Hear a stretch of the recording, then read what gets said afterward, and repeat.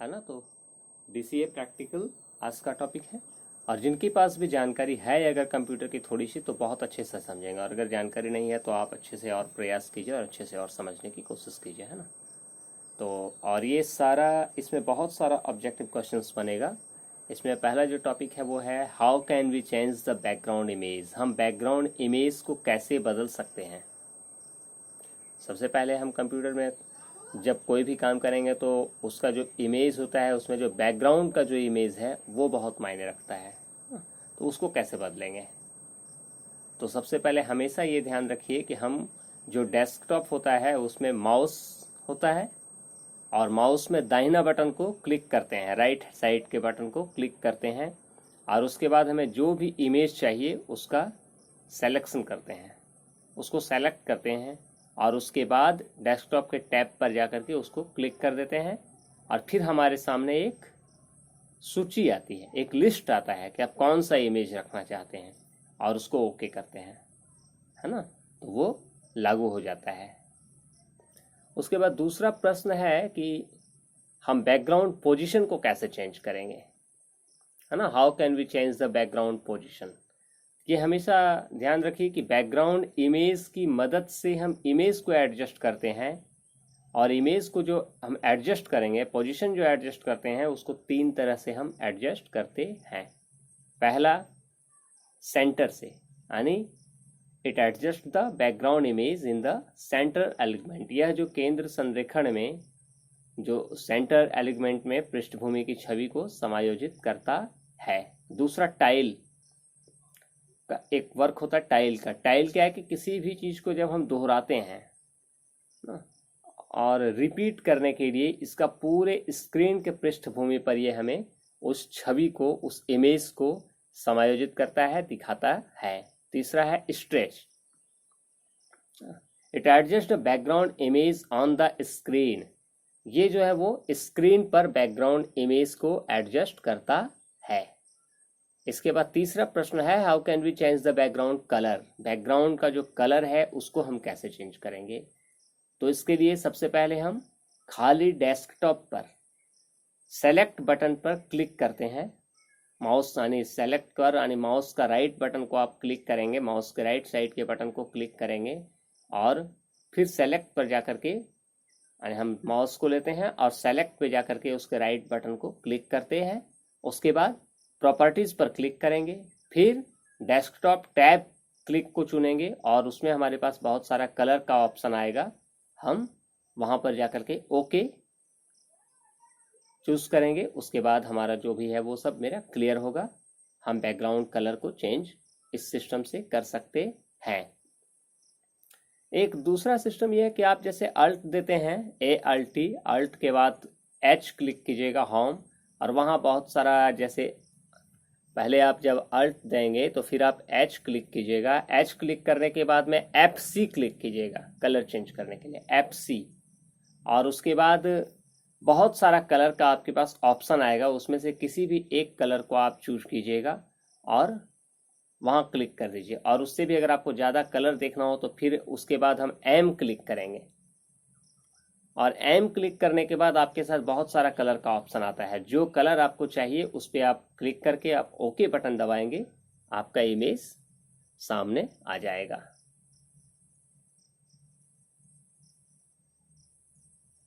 ठीक है। उसके बाद एक चीज है हमारा स्क्रीन सेवर। स्क्रीन सेवर क्या है, तो ये ध्यान रखिए, स्क्रीन सेवर वो है जो हमारा डेस्कटॉप में, मॉनिटर में जो इमेज चल रहा होता है उसको प्रदर्शित करता है, उसको दिखाता है, लेकिन उसको नुकसान होने से बचाता है। यानी हमारे सिस्टम में जो भी इमेज दिख रहा है उसको कोई नुकसान ना पहुंचे, ये हमारा काम स्क्रीन सेवर करता है। ये बहुत इंपॉर्टेंट सॉफ्टवेयर है, और ये स्वचालित रूप से शुरू होता है। कंप्यूटर अगर हम चालू कर दें तो ये अपने आप चालू होगा, एक निर्दिष्ट समय के अंतराल पर ये चालू होता है। और कुछ कुछ इसमें सॉफ्टवेयर्स हैं, जैसे 3D टेक्स्ट है। इसमें हम कोई भी टेक्स्ट जो है वो बनाते हैं, कुछ टेक्स्ट को हम लिखते हैं और उसको मॉनिटर पर डिस्प्ले करते हैं। एक फोल्डर है, फोल्डर एक बॉक्स है जिसमें हम, उसके अंदर में कई सब फोल्डर्स होते हैं जिसमें हम कोई भी डॉक्यूमेंट रखते हैं। अब एक चौथा प्रश्न बहुत ही महत्वपूर्ण प्रश्न है, व्हाट इज कंप्यूटर? कंप्यूटर क्या है? ये कंप्यूटर एक मशीन है जो कई भागों से मिल करके बनी होती है। इसमें हमारा 3 पार्ट मेनली होता है। एक सीपीयू,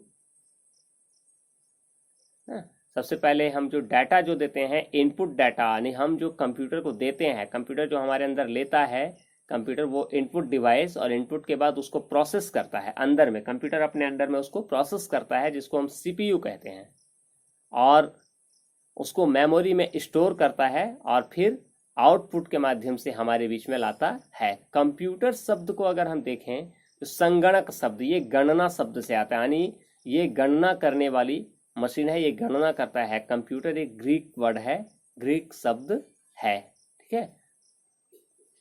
यहाँ कंप्यूटर को जब हम देखें तो वो 3 चरण में काम करता है, इनपुट, प्रोसेस और आउटपुट, यानी कंप्यूटर का ये 3 इकाई है, इनपुट, प्रोसेस और आउटपुट।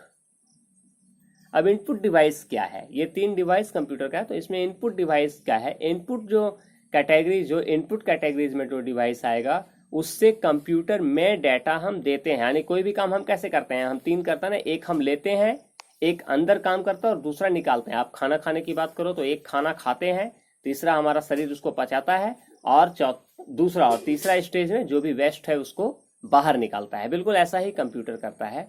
पहले हम जो भी डाटा उसको दे रहे हैं टाइपिंग वगैरह के माध्यम से या किसी भी और माध्यम से, वो डाटा को कंप्यूटर अपने अंदर में ले रहा है और अंदर उसको अपने सिस्टम से प्रोसेस कर रहा है, वर्क कर रहा है, और फिर तीसरे चरण में जाकर के आउटपुट डिवाइस के माध्यम से वो बाहर निकाल रहा है। इसमें एक आपको प्रश्न पूछा जा सकता है, ऑप्शन देगा कि इनमें से क्या इनपुट डिवाइस है, इनमें से क्या आउटपुट डिवाइस है, इनमें से क्या प्रोसेसर है, ये सब चीज़ आप प्रोसेस डिवाइस है, ये सब आप थोड़ा सा ध्यान रखेंगे। तो इनपुट डिवाइस में हम कंप्यूटर में डाटा डालते हैं, डाटा को डाला जाता है, और इस इकाई में देखिए कुछ एग्जाम्पल्स हैं इनपुट डिवाइस का। कीबोर्ड, हम कीबोर्ड पर टाइप करते हैं, तो हम टाइप कर रहे हैं और सिस्टम के अंदर डाल रहे हैं, है ना, तो ये इनपुट डिवाइस है। माउस, ये भी हम बाहर से क्लिक करके अंदर डाल रहे हैं, ये इनपुट डिवाइस है। स्कैनर, स्कैन करते हैं ना हम, कोई भी डॉक्यूमेंट हम रखे उसको स्कैन कर रहे हैं, बाहर से अंदर डाल रहे हैं, तो वो भी इनपुट डिवाइस है। Joystick, track ball, graphics tablet, touch pad, light pen, MICR, magnetic ink character reader, फिर OMR, optical mark reader, OCR, optical, और इस तरह से बहुत सारे इनपुट डिवाइस हैं, है ना। कैरेक्टर रीडर है, बार रीडर, माइक्रोफोन वगैरह है, जिससे हम बाहर से बोल करके अंदर डाटा डाल रहे हैं। अब आइए, कीबोर्ड क्या है? ये बहुत लोकप्रिय इनपुट डिवाइस है, जो एक्स्ट्रा का वर्क को करने के लिए जो डाटा हम दिया उसको कुंजी में फिट किया गया। हम एक बटन दबाते हैं, उसके आधार पे अंदर मॉनिटर पे हमें दिखता है ना, तो हम जैसे ए बटन क्लिक करते हैं तो ये इनपुट डिवाइस हुआ, कीबोर्ड के माध्यम से हम दिए। अब अंदर सिस्टम उसको प्रोसेस करके आउटपुट डिवाइस के माध्यम से वो मॉनिटर पर हमें दिखाता है। तो कीबोर्ड इनपुट डिवाइस है, सीपीयू प्रोसेस डिवाइस है, और मॉनिटर आउटपुट डिवाइस है। तो ये जो कीबोर्ड है वो जनरली 2 टाइप से होता है। एक में 84 बटन होते हैं, 84 कुंजियां होती हैं, और या तो एक दूसरे कैटेगरी में 101 या 102 बटन होते हैं। ये आप ध्यान रखेंगे, कीबोर्ड में 84 बटन या 101 या 102 बटन होते हैं, है ना। 2 टाइप से होता है, एक में 84 है और दूसरे कैटेगरी में 101 या 102। दोनों तरह के कीबोर्ड बाजार में उपलब्ध है, लेकिन अब 104 और 108 बटन वाले कीबोर्ड भी आ गए हैं हमारे विंडोज और इंटरनेट के लिए। जो दूसरा प्रकार है कंप्यूटर डिवाइस का, वो है माउस। ये भी एक इनपुट डिवाइस है और बहुत लोकप्रिय पॉइंटिंग डिवाइस है। ये पॉइंटिंग बेसिस पे काम करता है। हम माउस को लेकर जिस जगह पे हमें काम करना हो वहां पे जाके हम सेलेक्ट करके इसको क्लिक करते हैं, तो वहां से मेरा कार्य होता है। ये कर्सर नियंत्रण उपकरण है। इसके आधार पर क्या था ना कि वही गेंद के साथ एक छोटा सा हम हथेली आकार का एक बॉक्स रहता है, जिसको हम जहां भी ले जाना होता है हम वहां जाकर के काम करते हैं। माउस की गति को हमारा सीपीयू से संबंधित उसको सिग्नल भेजता है, और जिससे हम माउस बटन दबाते हैं तो आमतौर पर इसमें दो बटन होता है जिनको हम लेफ्ट बटन और राइट बटन बोलते हैं। एक माउस में दोनों साइड से बटन होता है, बीच में एक गेंद टाइप का, गोल टाइप का लगा होता है ना। तो लेफ्ट बटन और राइट बटन, और गेंद के बिल्कुल बीच में एक व्हील, एक चक्का जैसा मौजूद होता है, उसको हम चक्का कह लें, कभी गेंद के जैसा भी होता है ना। तो माउस का जो उपयोग है वो स्क्रीन पर कर्सर की स्थिति को नियंत्रित करने के लिए किया जाता है। आपको जो भी डॉक्यूमेंट चाहिए, जिस फॉन्ट चाहिए, जो सिस्टम को सेलेक्ट करना है उसको हम माउस के सिस्टम से करते हैं। लेकिन कंप्यूटर में कोई पाठ को दर्ज करने के लिए कोई भी, इसको अगर हम वहाँ एप्लीकेशन में कोई भी सिस्टम को अगर हम वहाँ दर्ज करना चाहते हैं तो वहाँ नहीं कर सकते हैं। But it can not be use to enter text into the computer. हम कोई भी टेक्स्ट को अगर इंटर करना चाहें कंप्यूटर में तो माउस से नहीं हो पाएगा, उसके लिए कीबोर्ड की ही आवश्यकता होगी। आप चाहेंगे हम ये लिखें तो थोड़ा सा प्रॉब्लम्स होगा, बहुत सारा हम कर सकते हैं लेकिन बहुत सारा टेक्स्ट को हम माउस के माध्यम से दर्ज नहीं कर सकते हैं। दूसरा है इनपुट डिवाइस जॉयस्टिक। जॉयस्टिक भी जो है वो बहुत वैलिड है, बहुत महत्वपूर्ण इनपुट डिवाइस है। ये भी एक पॉइंटिंग डिवाइस है। इसका उपयोग जनरली मॉनिटर स्क्रीन पर जो कर्सर है उसका सिचुएशन को स्थानांतरित करने के लिए किया जाता है। ये एक छड़ी है, इसमें नीचे और ऊपर दोनों छोर पर एक गोलाकार गेंद होता है, और नीचे का जो गेंद है वो एक सॉकेट में चलता है और जॉयस्टिक को चारों दिशा में वो ले जाने का काम करता है। और जॉयस्टिक का कार्य जो है वो बिल्कुल माउस के ही समान है, और ये मुख्य रूप से कंप्यूटर एडेड डिजाइनिंग जो हम करते हैं उसमें आता है, या फिर कंप्यूटर का गेम खेलने में मुख्य रूप से जॉयस्टिक का यूज किया जाता है। एक और बहुत महत्वपूर्ण इनपुट डिवाइस है ट्रैक बॉल। इसका उपयोग माउस की जगह जनरली नोटबुक या लैपटॉप कंप्यूटर में किया जाता है। डेस्कटॉप में माउस हम यूज करते हैं ना, बिल्कुल उस तरह से लैपटॉप या नोटबुक जो होता है उसमें ट्रैक बॉल का यूज किया जाता है। ये भी एक तरह का गेंद ही है, इसको आधा डालते हैं और गेंद पर उंगली घुमा करके हम पॉइंटर को स्थानांतरित किया जाता है। लैपटॉप पे देखिएगा उंगली घुमा करके हम सिस्टम को चेंज करते हैं ना, तो वो ट्रैक बॉल का कमाल होता है ना।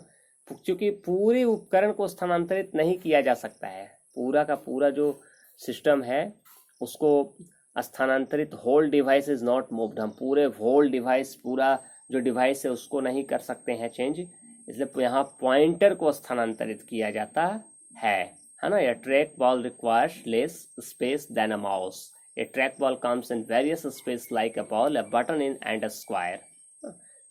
तो यहाँ एक ट्रैक बॉल को माउस की तुलना में, जब ट्रैक बॉल की हम बात करें तो माउस बॉल थोड़ा सा जगह माउस जो है वो ज़्यादा लेता है, लेकिन ट्रैक बॉल जो है वो जगह बहुत कम लेता है। और ट्रैक बॉल कई साइज का होता है ना, कभी ये एक बटन साइज का हो जाता है, कभी एक पूरा वर्ग बना देता है, तो कभी एक गेंद जैसा स्पेस लेता है। उसके बाद हमारा एक और इनपुट डिवाइस है scanner. Scanner generally photocopy machine की तरह काम करता है, और इसका उपयोग हम कब करते हैं, जब कोई जानकारी एक कागज पर होता है और उसको हम कंप्यूटर के हार्ड डिस्क पर स्थानांतरित करेंगे, है ना। तो हम क्या करते हैं, पेज लेते हैं, उसको हम स्कैनर पर रखते हैं और फिर हम सिस्टम से काम करते हैं, तो वो सारा हमारा सिस्टम में आ जाता है, बाद में वो हमारे मॉनिटर पर दिखता है। तो वो जो स्कैनर है वो भी इनपुट डिवाइस ही है। इनपुट डिवाइस के माध्यम से हम उसको स्कैन करते हैं, अंदर सीपीयू हमारा प्रोसेस करता है और मॉनिटर के माध्यम से शो करता है जो आउटपुट डिवाइस है, या तो फिर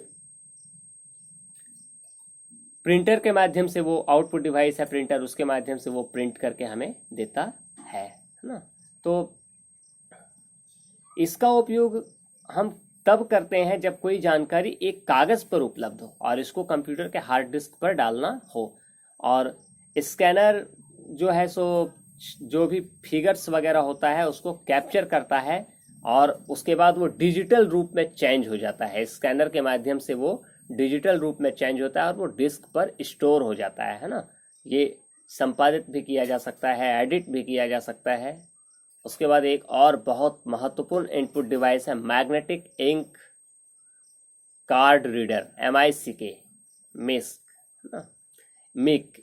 ये भी एक इनपुट डिवाइस है, और ये जो इनपुट डिवाइस है वो भी बहुत ही वैलिड इनपुट डिवाइस है, बहुत महत्वपूर्ण इनपुट डिवाइस है, और इसका उपयोग आमतौर पर बैंक में किया जाता है। क्योंकि वहाँ चेक बहुत ज़्यादा आते हैं, हर दिन चेक बहुत बड़ी संख्या में आता है, लिहाजा उसको संसाधित करने के लिए, उसको ठीक से रखने के लिए और उसको अच्छे से प्रोसेस करने के लिए इसका उपयोग किया जाता है। बैंक में जो कोड नंबर होता है और चेक नंबर होता है, उसको एक विशेष प्रकार के स्याही के साथ चेक पर मुद्रित किया जाता है ना। बैंक का हर चेक का कोई ना कोई उसका कोड नंबर होता है, हमारा चेक का जो नंबर है उसका एक स्पेशल स्याही होता है जिससे वो चेक पर मुद्रित किया जाता है, चेक पर प्रिंटेड किया जाता है। और उसका जो स्याही है उसमें कुछ चुंबकीय सामग्री होते हैं, चुंबक का कुछ एलिमेंट्स उसमें होता है और वो मशीन में पठनीय होता है, पढ़ने के लायक होता है, उसको मशीन में ही पढ़ा जाता है। और वो जो उसका जो लिखावट है, उसको जो पढ़ने का जो प्रक्रिया है, उसी को मैग्नेटिक इंक कैरेक्टर रिकॉग्निशन कहते हैं। देखिएगा, magnetic ink character recognition, MICK। ये जो मिक है इसका मुख्य लाभ ये है कि ये बहुत तेज है और बहुत कम त्रुटि वाला है, इसमें मिस्टेक बहुत कम होता है। इसी तरह एक और इनपुट डिवाइस है, वह है ऑप्टिकल कैरेक्टर रीडर, OCR। ये प्रिंटेड टेक्स्ट का उपयोग करता है, प्रिंटेड टेक्स्ट का ये यूज करता है OCR। ये क्या करता है, वो जो वर्णमाला के द्वारा, वर्णों के द्वारा और कैरेक्टर्स के द्वारा वैकल्पिक रूप से किसी भी पाठ को, किसी भी टेक्स्ट को स्कैन करता है और उसको मशीन में पढ़ने के लायक एक कोड में चेंज कर देता है और फिर उसको सिस्टम मेमोरी पर उस पाठ को संग्रहित करता है ना। OCR कई आप देखिएगा एप्पल वगैरह का जो है उस पर ये डिवाइस बहुत ज़्यादा होता है। और किसी भी सिस्टम में जब हम माइक्रोसॉफ्ट का हम डिवाइस देखेंगे, MS10 की जब हम बात करेंगे, माइक्रोसॉफ्ट वर्ड की बात करेंगे, तो उसमें भी OCR लगभग सिस्टम का एक प्रिंटेड टेक्स्ट का यूज़ करने वाला एक बहुत ही महत्वपूर्ण इनपुट डिवाइस है। इसके अलावा एक है बार कोड रीडर। जनरली आज के समय में हर बैंक में आ गया है बार कोड रीडर, है ना। हम पासबुक पे बार कोड लगा होता है जिससे हम पासबुक प्रिंटर मशीन पर रखते हैं तो हमारा अकाउंट का बैलेंस सीधा उस पर आ जाता है। तो उसको पढ़ने के लिए जिसका हम यूज़ करते हैं वो होता है बार कोड रीडर। ये भी इनपुट डिवाइस है। Bar code reader actually data का जो बारकोडेड जो डाटा है उसको पढ़ने के लिए ये उपयोग में लाया जाने वाला उपकरण है। ये डाटा का उपयोग किसी भी सामान को लेबल करने में, किताब की संख्या वगैरह के लिए किया जाता है ना।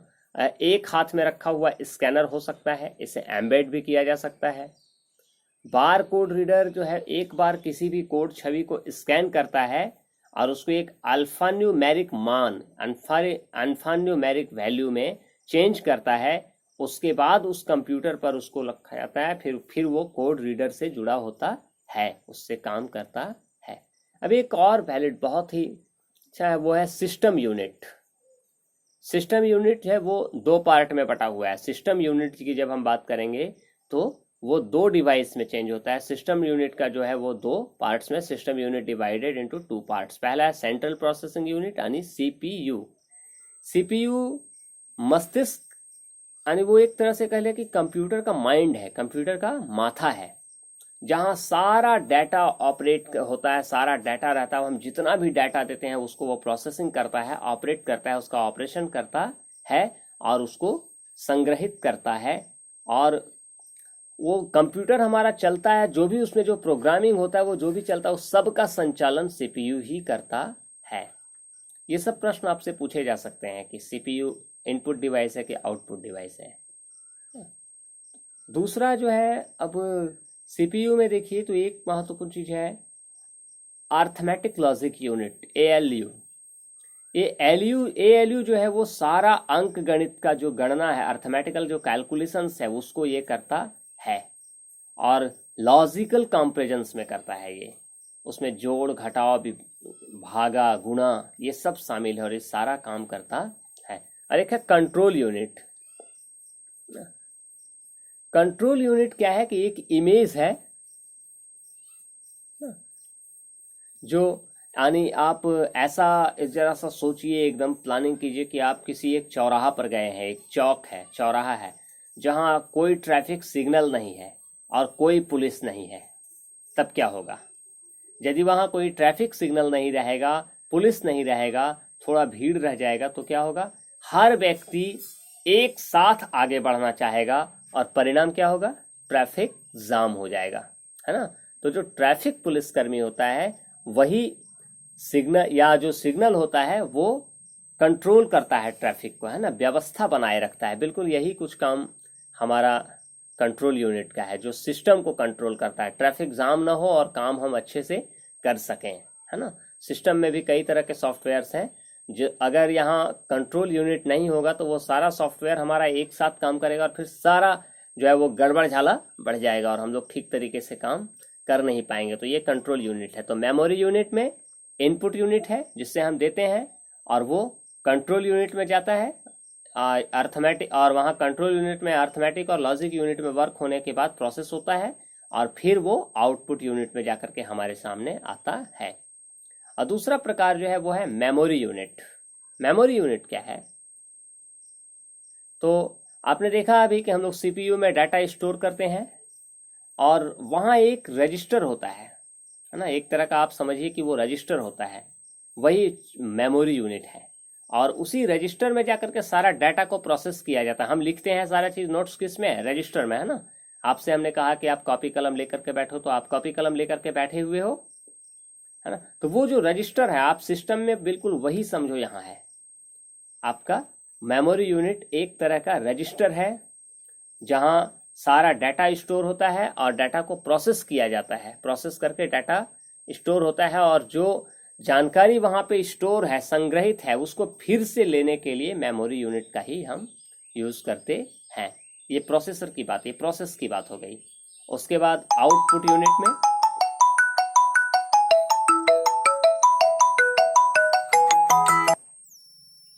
Output unit